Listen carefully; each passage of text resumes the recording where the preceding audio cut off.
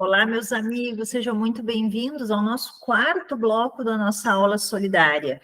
Gostaria, antes de compartilhar os slides com vocês, de lembrar, pessoal, que para que a gente tenha efetividade nessa nossa ação, eu preciso que você, se esse conteúdo foi relevante, se você gostou, né, da iniciativa, por favor, compartilhe com pessoas que você acha que ou vão ter interesse no conteúdo, ou que tem interesse na nossa causa, né, de fazer a contribuição através dos Pix que eu deixei indicado aqui na legenda do vídeo, né, e também, né, deixar o like no vídeo para que o algoritmo entenda, né, da relevância desse vídeo e compartilhe ele com outras pessoas que tenham interesses conexos.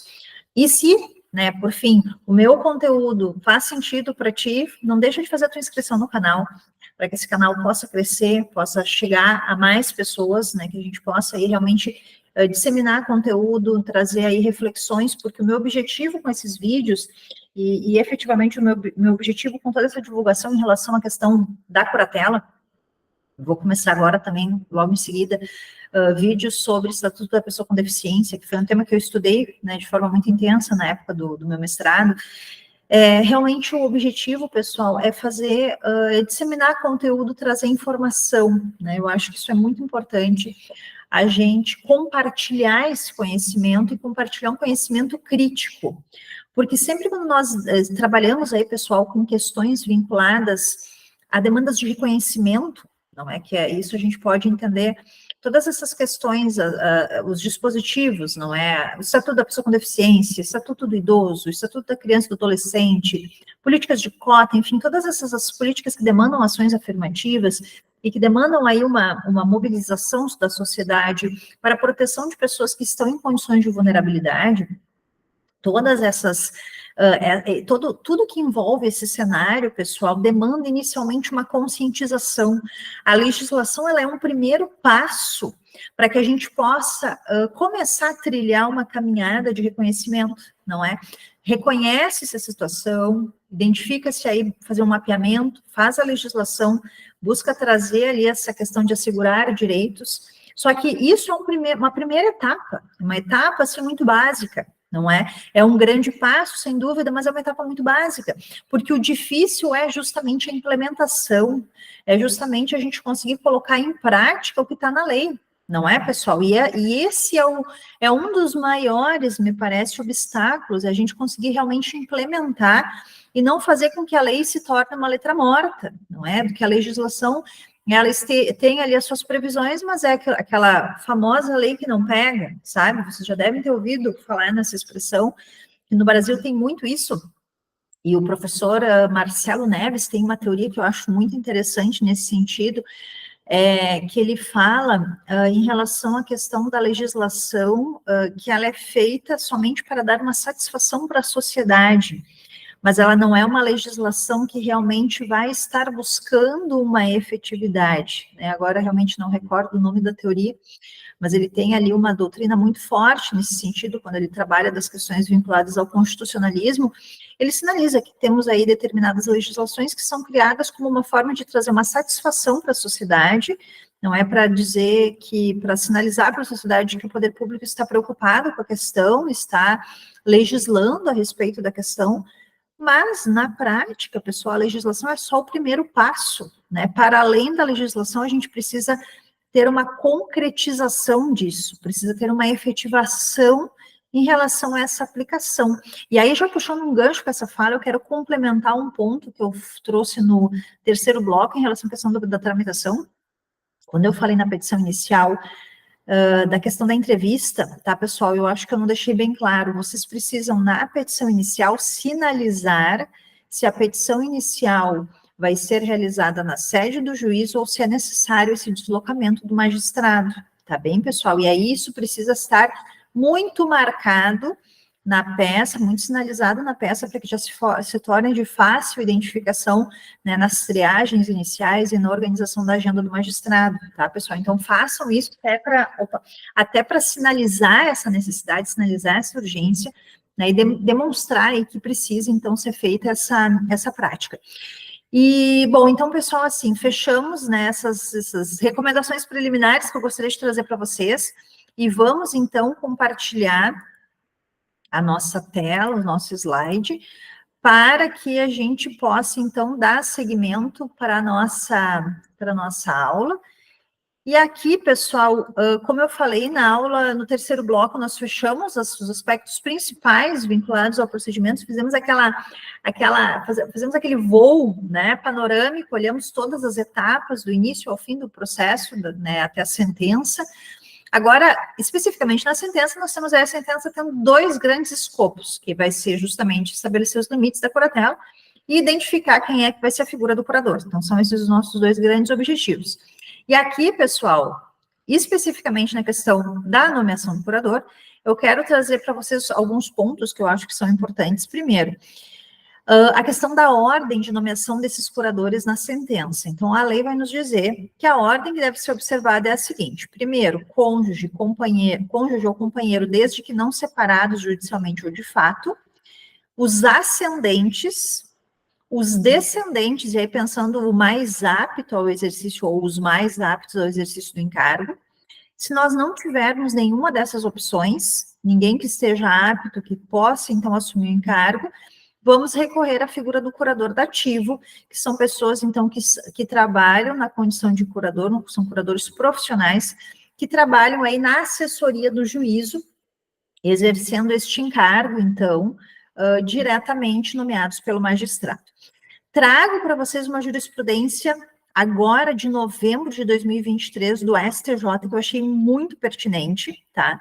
E o STJ sinaliza o seguinte, pessoal: excetuando-se os casos de dispensa ou escusa, bem como previsto no 1737, a tutela, e aí vamos lá, aplica-se a curatela, todas as disposições da tutela que não forem incompatíveis, tá, pessoal? Então, vamos lá. A tutela configura-se como uma obrigação imposta legalmente, um encargo público que deve ser aceito pelo nomeado, se tiver todas as condições para sua investidura. E no julgado, então, a ministra sinaliza: motivos alegados como a falta de tempo ou a ausência de afinidade ou de afetividade não são motivos dispostos na lei como possíveis de eximir o curador do exercício desse encargo. Tá, pessoal? Então, o RESP 2.316.769 do Distrito Federal traz, então, essa disposição que eu julgo muito pertinente, justamente em relação à questão deste dever, né? O exercício deste encargo como realmente um dever. Além deste ponto, gostaria de destacar para vocês a questão vinculada à questão da sentença sobre os seus efeitos. Então, aqui trago para vocês primeiro ponto, que é uma questão que eu recebo muita dúvida, não é? Como é que funcionam os efeitos dessa sentença? Da data da sentença para frente, ela retroage, como é que funciona essa designação de curatela?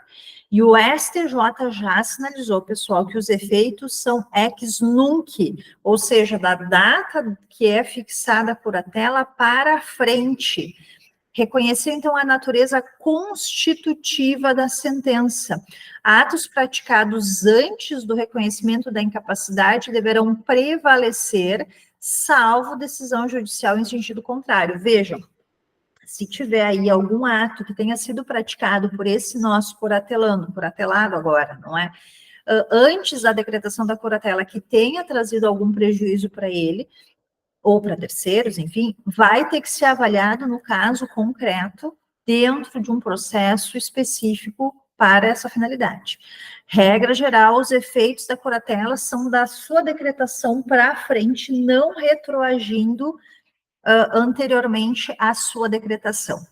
Outro aspecto que eu quero destacar para vocês, então, vinculado a ao nosso comando sobre os limites da curatela, é esta importância, então, essa situação que a gente tem, a ideia de um consentimento graduado, que vai oscilar, então, conforme o grau de necessidade desse nosso beneficiário. E aqui nós vamos utilizar da flexibilidade dos institutos da assistência e da representação, e a gente utiliza, então, a assistência na maior medida do possível, que é quando a gente faz a prática do ato acompanhado do curador, não é? A representação, que é quando o curador representa ele sozinho, pratica o ato em nome do curatelado, é exceção, e acontecerá, então, dentro do que for realmente necessário, não é? Atos negociais e patrimoniais é a regra geral, a gente vai evoluir para os atos existenciais quando for estritamente necessário, tá, pessoal? Outra questão que eu trago para vocês é que são contribuições que, na época da elaboração do livro, eu fiz como sugestões, não é? A questão de programas personalizados para a tutela dos bens, e nos casos extremos da pessoa, observadas as exigências do caso concreto. E essa questão desses programas personalizados é justamente a noção de que nós vamos trabalhar com uma sentença personalizada, que vai refletir as necessidades do curatelado, e conectando nesse gancho, especificação detalhada dos limites financeiros em que será possível a atuação do curatelado, se for o caso. E aqui eu trouxe a doutrina não vou lembrar agora o nome da autora, muito bom texto, um artigo maravilhoso, está referenciado no livro. E ela vai sinalizar, Ana Paula, está vindo o nome, mas não lembro, infelizmente, uma pena, mas assim, ela fez um texto muito interessante, dizendo assim, fazendo um destaque, pessoal, daqui a pouco eu vou, essa pessoa, ela não tem condições, o nosso curatelando, ele não tem condições de gerir todo o seu patrimônio, mas, por exemplo, ele pode pegar e administrar uma quantia de, sei lá, R$500, R$1.000 por mês, por exemplo, né? Ele pode comprar pão na padaria, ele pode, alguns atos patrimoniais, ele pode exercer, né, negociais patrimoniais, ele pode exercer atos de pequena monta, não é? Atos que vão trazer para ele um sentimento de pertencimento, ele não vai ficar totalmente sem a sua gestão patrimonial, mas não vai gerar um prejuízo maior para ele. Então, eventualmente, pode ser que a sentença autorize que esses pequenos atos podem ser praticados, conforme o caso concreto, conforme as necessidades, conforme o que seria a recomendação médica para aquela pessoa, né? Então, tu pode dar uma mesada, pedir para o juiz que seja determinado isso na sentença, que ele vai ter uma mesada de tantos reais por mês, que ele vai poder, então, utilizar esse dinheiro. Conforme a doença, pessoal, é até recomendado que faça, não é? Por quê? Porque a gente está, a ideia realmente é prezar e garantir a maior autonomia possível, né? Vejam, possível, dessa nossa pessoa com curatela. Claro que tem casos que não tem condição, pessoal, tem casos que são extremos e que realmente a pessoa não tem condições para exercer absolutamente nenhum tipo de ato. Nessas situações extremas, e vejam, né, isso foi uma constatação que eu fiz na pesquisa, quando a gente fala em curatela, são atos mentais, são questões de saúde mental, não é? Então, assim, são situações extremas, doenças mentais que, regra geral, são graves. Então, a maior parte das vezes não vai ser a situação de nós termos aí uma possibilidade de extensão. Mas quando for o caso, por que não? Não é se isso vai trazer um benefício para a pessoa, se vai trazer ali uma sensação de pertencimento, né? E por que não?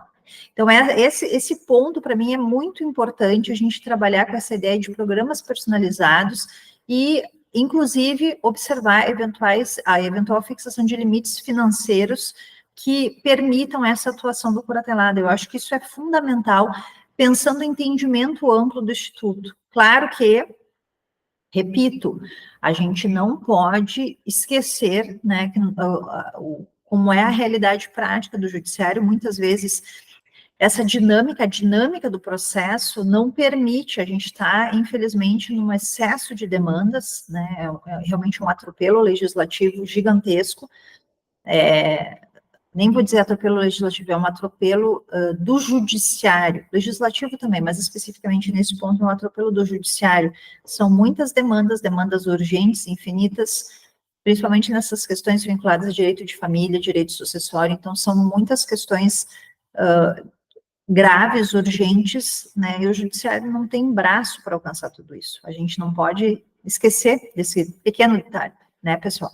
Um pequeno detalhe, mas a gente precisa pensar que daqui a pouco, por exemplo, a atuação do advogado, como eu referi no bloco 3, pensando numa sentença personalizada, isso aí pode, talvez, trazer uma contribuição nesse sentido, e por isso que eu faço tanta questão de enfatizar isso aí, porque daqui a pouco, conforme o cenário do teu cliente, conforme a situação do teu processo, vale a pena tu trazer isso aí para a petição, né, sinalizando essa necessidade, sinalizando essa possibilidade, e se o juiz entender que é o caso, por que não, né, pessoal? Então, daqui a pouco podemos aí trabalhar uma evolução nesse sentido.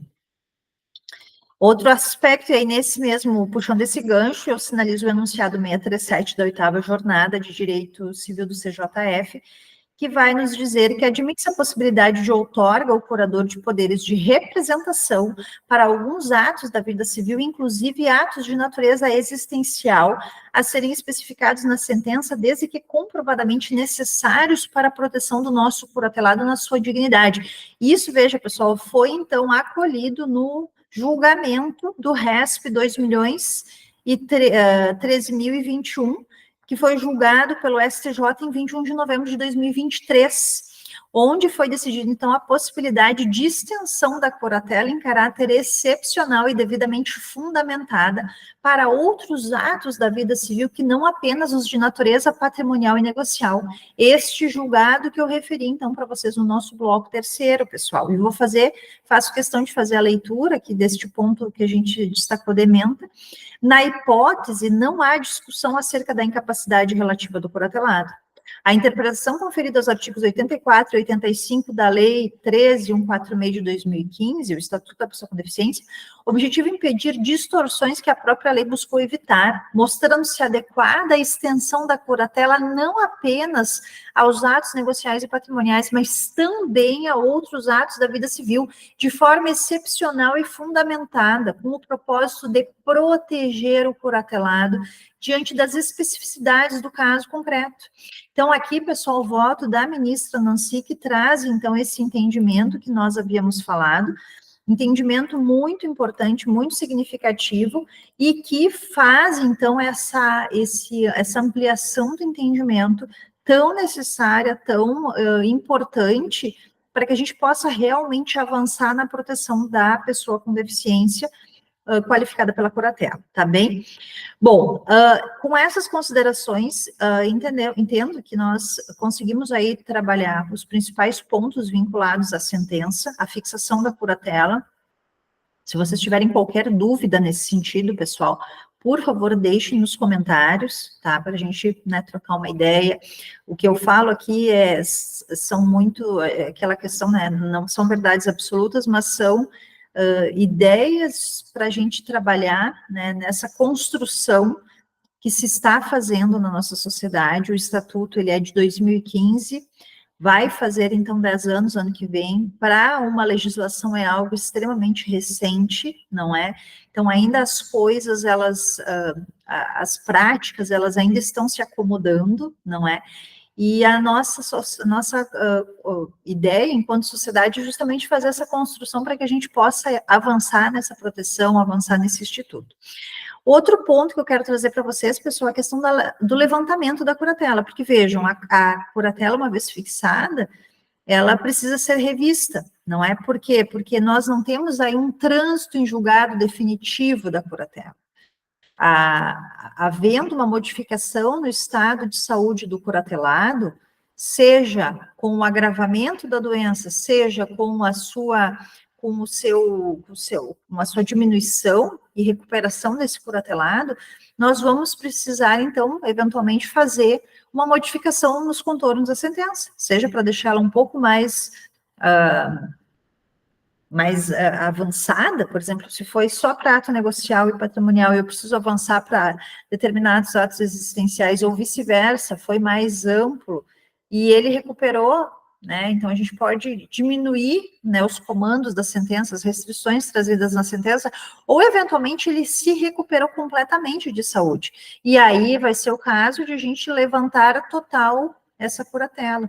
Então, cabe levantamento? Obviamente cabe, pessoal, e aí caberá nos casos de recuperação desse curatelado, inclusive quando parcial.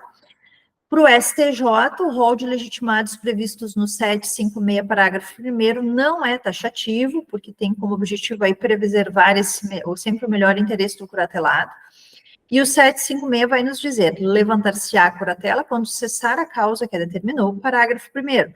o pedido de levantamento da curatela poderá ser feito pelo interdito, pelo seu curador ou pelo MP, e será pensado aos autos da interdição. Então, esse comando é que eu sinalizei para vocês que não é taxativo, não é justamente a ideia de melhor interesse. Parágrafo 2º, o juiz nomeará um perito ou uma equipe multidisciplinar para proceder ao exame do interdito e designará uma audiência de instrução e julgamento após a apresentação desse laudo.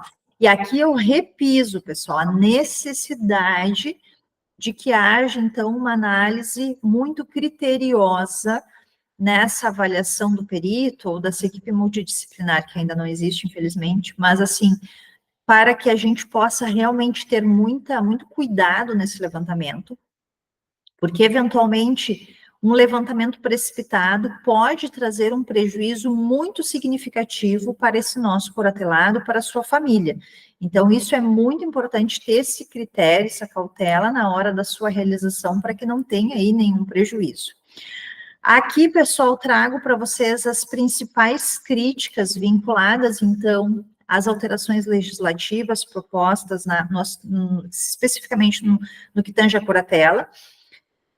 Algumas, né, teríamos aí várias, mas eu destaco as que eu entendo que sejam mais relevantes. Primeiro, a manutenção da prodigalidade do vício em álcool e tóxico como causas incapacitantes, considerando aí, pessoal, que a gente daqui a pouco já teria aí essa previsão na questão da incapacidade de exprimir vontade, não é, como tendo uma doença grave, essa especificação, né, destas condições como sendo de per si causas para a questão do cerceamento da capacidade civil, não parece adequado, não é, pessoal? Não parece. Daqui a pouco, vício em álcool, em tóxico, se não for grave o suficiente que enseja a ausência de. Daqui a pouco a gente vai estar trabalhando aí com uma questão de uma restrição muito significativa, não é? Que daqui a pouco não se faria propriamente necessário. Então, eventualmente, aí é uma disposição que, né, talvez, da mesma forma a prodigalidade, porque a prodigalidade tem ainda uma característica acentuada, que é a questão da autonomia de vontade, né? Então, tu vai cercear a capacidade, mitigando a autonomia da vontade da pessoa, e, né, enfim, então, assim, é uma discussão bem complicada, né? Me parece, assim, que trabalhar esses tópicos, poderia trabalhar de alguma outra forma, mas trabalhar esses tópicos no âmbito da capacidade civil, da restrição à capacidade civil, me parece um pouco problemático, né, sinceramente. Mas, né, claro, estamos aí abertos a debate, enfim, mas me parece bem problemático. Outra questão, a exclusão do critério de discernimento e a ausência do critério substitutivo para avaliação do indivíduo, né? Isso também é um problema bem sério, porque hoje a lei fala, pessoal, ausência de condição de exprimir vontade. Esse é o critério que foi adotado não fala mais em discernimento. Muitas vezes a gente tem as decisões e a prática forense trabalhando com esse critério, que era um critério que tinha no código anterior, mas vejam, não está na legislação. A legislação suprimiu esse critério. Então, em tese, nós teríamos que buscar, e a doutrina constrói, como eu referi para vocês no segundo bloco, questão de grau de funcionalidade, etc. Mas, assim, em regra, objetivamente falando, a gente não tem mais um critério legal previsto, né? A questão é que a lei fala é não conseguir exprimir vontade, mas isso é um critério muito subjetivo, muito amplo, e realmente acho que não ficou adequado. Inclusive, entendo que deveria ter se mantido o discernimento na lei como antes havia. Não entendo por que foi tirado, sinceramente. Mas, enfim. Outro ponto, essa possibilidade de dispensa de perícia, acho muito problemático, justamente por tudo que eu venho falando com vocês, pessoal, essa possibilidade de dispensa de perícia, né, a gente está trabalhando com a capacidade do indivíduo, questão existencial, né, o professor Nelson Rosenwald trabalha ali com direito fundamental à capacidade civil, né, então, está diretamente conectado à dignidade da pessoa humana. Então, acho que trabalhar com dispensa de perícia é algo temerário no extremo. O magistrado não tem condição técnica de fazer esse tipo de avaliação, o advogado não tem, que está ali em contato com a parte. Imagina o magistrado, né, que está vendo aquele processo ali, vai ver uma ou duas vezes, não vou dizer duas, mas vai ver meia dúzia de vezes na vida, entende? Tem uma demanda imensa.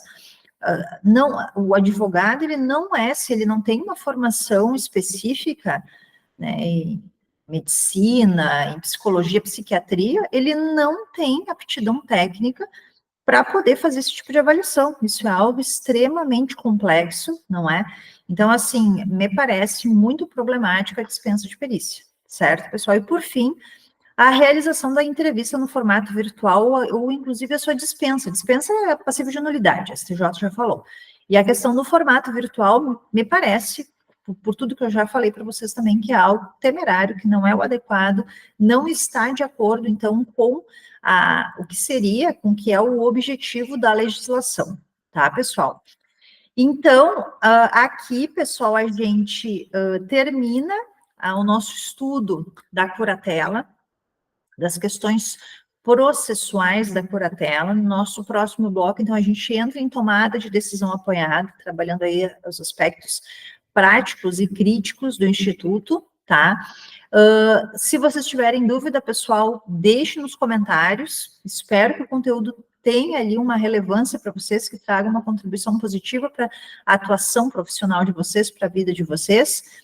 E vamos trocando ideia, trocando informações aí para a gente realmente conseguir fazer esse conteúdo, né, expandir, a gente realmente construir aí um conteúdo consolidado. Eu acho isso muito importante. Certo, meus amigos? Não esqueçam de compartilhar o vídeo, deixar o seu like, né, a sua curtida, e se tiver vontade, fizer sentido para você, fazer a inscrição no canal. Tá bem, meu amigo, minha amiga? Lhe aguardo para o próximo bloco, possivelmente o nosso último bloco da nossa aula. Até breve, tchau, tchau, muito obrigada.